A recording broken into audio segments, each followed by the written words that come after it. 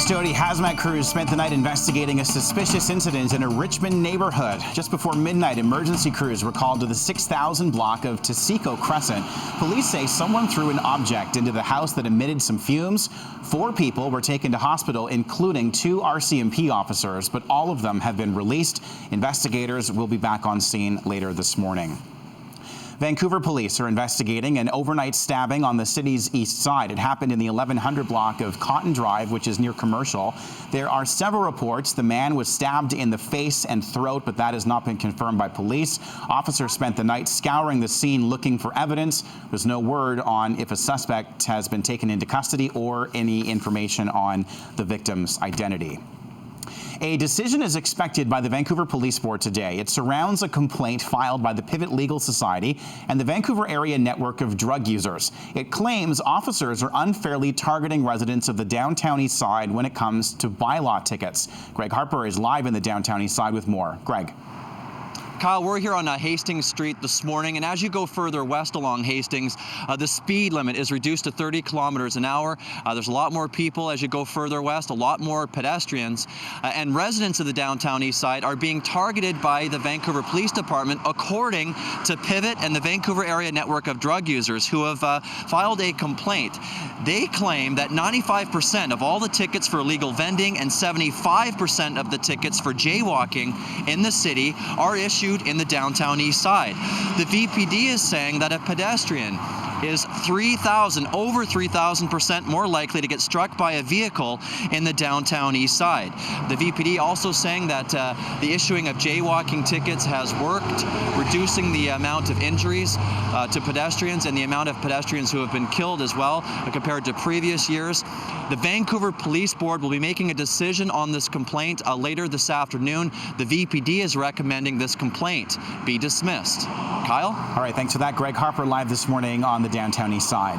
Vancouver police are recommending injection drug users shoot up at Insight after a pair of heroin-related deaths. A 39-year-old man died Saturday night and a 15-year-old girl passed away yesterday morning.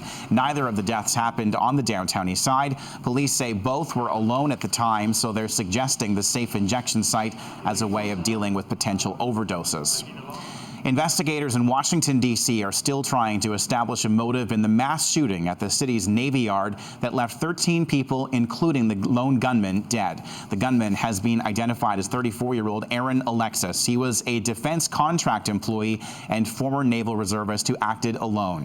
He entered the secure area with a valid pass, killing 12 people before being slain in a gun battle with police. The incident has reignited a long-standing debate over gun control in the United States.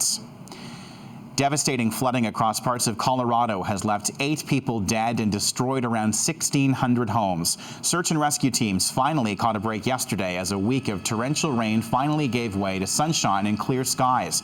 Nearly 12,000 people have been evacuated from the remote foothill and canyon communities in the north central part of the state. Well, it took 19 hours, but the operation to upright a sunken cruise ship has worked off the coast of Italy.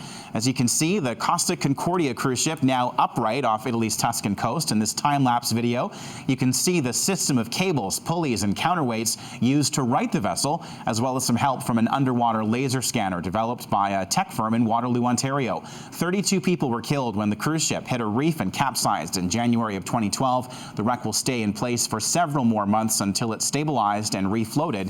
It will then be towed away for scrap. A Juno Award winner took the time to talk to some students at Vancouver Technical Secondary about songwriting as part of the Music Counts charity program. I read the rules before I broke them.